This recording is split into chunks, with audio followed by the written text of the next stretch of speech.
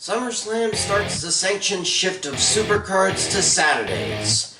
Sadly.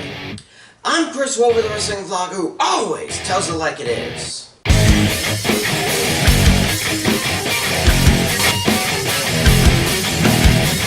Yes, after over 35 years of most premium live events happening on Sunday nights, the one thing that didn't change with the departure of Vince McMahon is that PLEs are now going to all be on Saturdays.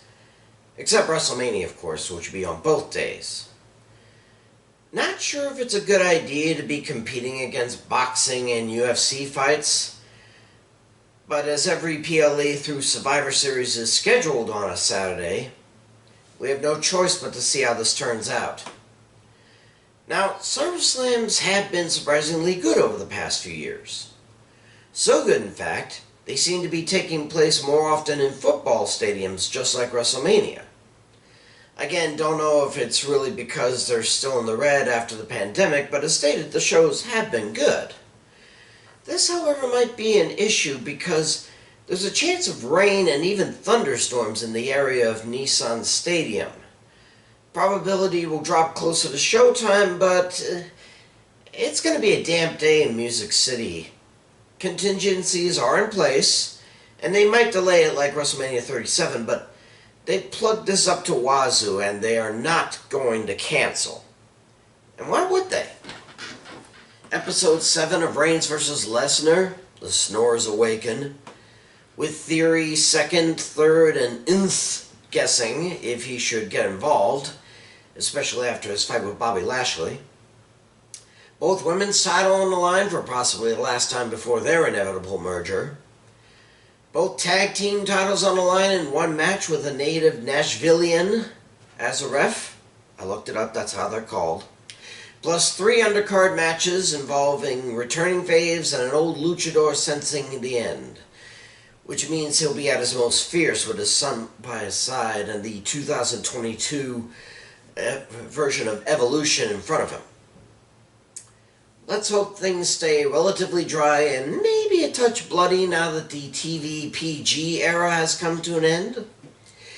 Here are my predictions for the 35th annual SummerSlam. Let's start with Logan Paul versus The Miz. Talk about an old tiger. The Miz just seems to be cruising as a PLE pusher, only actually wrestling on PLEs, but still entertaining as hell to build up to it. But you'd think someone a year removed from having his head used as a punching bag by Floyd Mayweather would know better and go back to social media. But no. He had to get his bell rung again at WrestleMania and now has a multi-year contract. And yet, gold medalist Gable Stevenson still in limbo.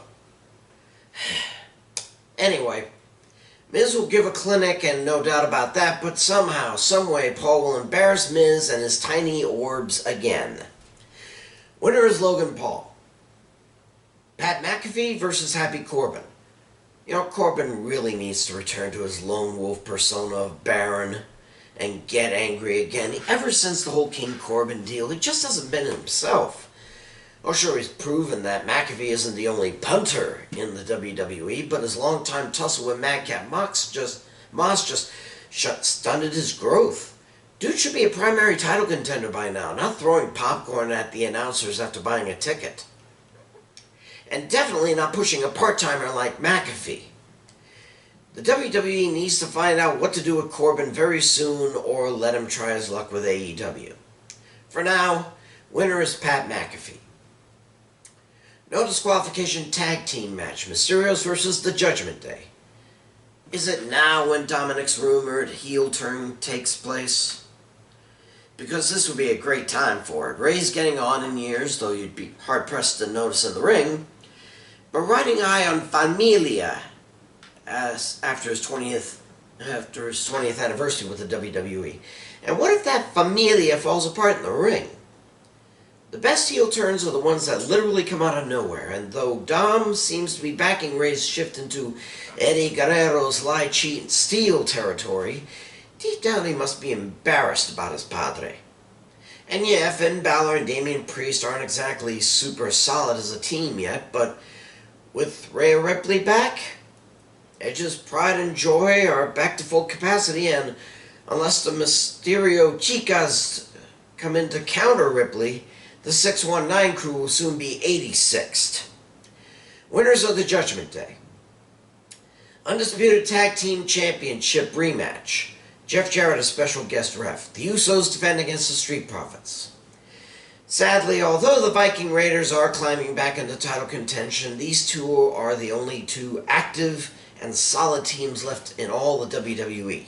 And yet, this has to be the last match between them. Only way this can escalate is if they're in a steel cage or the like. And despite what happened on SmackDown, I'm certain JEFF, JARRETT will be relatively impartial. That is, unless he gets super kicked by a J again. If that happens, it's essentially 3-on-2. Of course, if Double J gets hit by Dawkins or Ford, it'll be a 3-on-2 the other way. In any case, it should be a great match just like the previous one. And like the previous one, I'm going to predict a title change. Yeah, I know, but like I said, Reigns is going to be departing soon, and the downfall of the Bloodline has to start somewhere. Winners and new champions, the Street Profits. United States Championship rematch, Bobby Lashley versus Theory. Now that Vince is gone, can Theory go back to the Austin first name, or does Stone Cold have an attorney on retainer keeping that from happening? Whatever. Theory has been making enemies left, right, and center on both Raw and SmackDown by flaunting his Money in the Bank contract and claiming he's going to win 2 titles at SummerSlam. But he's forgotten about Lashley. The truth be told, though, almost everyone has these days. The almighty gig's starting to wane a bit. Oh, he'll show his power on the weaker Theory for certain, and that's when Theory will start to panic. See, if Lashley breaks Theory's neck, he really won't be in top shape to try to cash in. Theory's not going to win 2 titles tonight because, truth be told, he doesn't even want them both.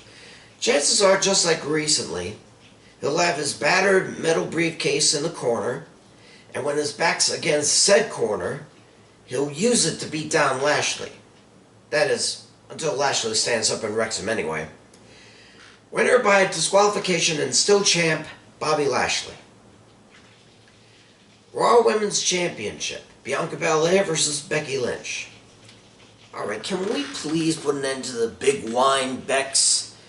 She's been bitching and moaning about not being a champion for too long. It's like Seth freaking Rollins isn't earning enough to keep her and their baby in the style of living they're used to, isn't it? Belair has been one of the fighting-est, see what I did there? Champs in recent times, usually defending it on weekends as well as on Raw and PLEs. Not that Lynch wasn't, but Belair's had more success in non-title conflicts. It's here and now, 11 months after Lynch stole the title at the last SummerSlam, that this angle finally closes. Either Lynch wins and goes back to being a cocky champion, or Belair wins and Lynch starts her fade into obscurity. Honestly, I'd rather neither happen, but something has to give. And I'm sorry, Bianca, but I'd rather see Becky on top for a while longer. It's deja vu all over again. Winner and new champ is Becky Lynch. SmackDown Women's title, Ronda Rousey versus Liv Morgan. Time to see if Morgan truly does deserve it, as the crowds were shouting after Money in the Bank. It's one thing to take advantage of a champ who's been through a hell of a fight and take the title, although she almost didn't. It's quite another to take on the baddest woman on the planet at her peak. Ronda may have diddly squat in the way of promo making, but you can't deny her skills in the ring. She's been nigh on unstoppable since she came back at the Royal Rumble. Morgan? Not so much. She's had to struggle and quite literally climb the ladder just to get a title shot. Does that make Rousey weaker since she didn't have to work as hard to get the title? Or did the long, hard climb to the top help Morgan get better? This is where we find out. This will be the match of the night, I think. And despite Rousey's skills in the ring, I think Morgan will find a way and live to fight another day. Winner and still champ Liv Morgan. Finally, the last man standing rematch for the undisputed WWE Universal title, Roman Reigns versus Brock Lesnar. I may not be accurate, but I'm sure Lesnar's contract is nearing its end when it comes to the limited matches he is to be involved with. The contract was, I believe, 8 to 12 matches.